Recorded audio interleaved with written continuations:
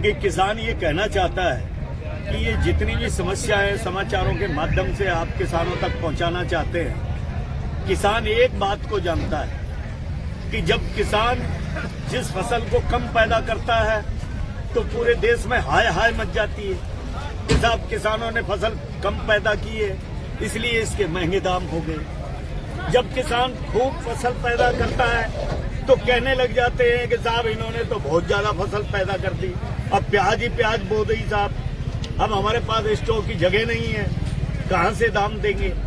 मैं आपसे पूछना चाहता हूं, एक फैक्ट्री का मालिक अगर साबुन की टिक्कियां 1-2 लाख ज्यादा बना दे तो उसको गोदाम में रखता नहीं रखता। आज वो सस्ते मटेरियल में साबुन बनाता है, पेस्ट बनाता है, जो चाहे चीज बनाता है और उसके गोदाम में भर जाती है।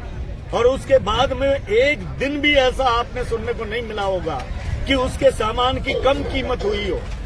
कीमतें बढ़ती रहती है। ये किसान ही है क्या कि जब इसकी फसल आती है तब इसको कीमत नहीं मिलती और जब फसल लुट जाती है लोग लुटेरे इसको लूट लेते हैं और उसके बाद में ये बाजार में हाई फाई भाव पर आती है। ये जो सिस्टम है, डिप्लोमेसी है, ये जो चालाकियां हैं, किसान को ठगने के जो तरीके हैं, ये अब किसान बर्दाश्त नहीं करेगा। अभी आप क्या मांग कर रहे हैं और किन से मांग कर रहे हैं? हमारी मांग है सरकार से, हमारी मांग है सिस्टम से, जो इस सरकार के सिस्टम से जुड़ा हुआ है, नीचे से लेके ऊपर तक, कि भैया जो भाव आपको 1 महीना बाद में बढ़ाने हैं वो भाव आज ही बढ़ाओ। किसान को आज जरूरत है और किसान की फसल का आज दाम मिलेगा तो किसान वाह करेगा, ये देश विकसित होगा। हम बात करें, सरकार आपकी बातों को नहीं मानती है तो क्या आगे की नीति रणनीति रहेगी आपकी? सरकार अगर हमारी बातों को नहीं मानती है तो सरकार बनाने का काम भी इस जनता का है और सरकार को उखाड़ फेंकने का काम भी इस जनता का है। ये जनता जागरूक होगी।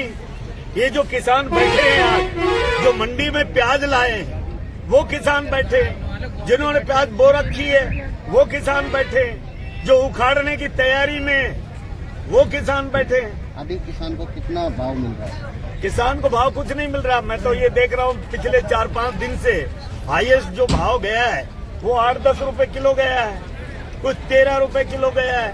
कहते हैं बढ़िया प्याज बनाने के लिए किसान को उसको सुखाना पड़ेगा। इतना टाइम कहाँ है भैया किसके पास में? उसको गेहूं बोने, सर पे दूसरी फसल बोने का समय आ गया है।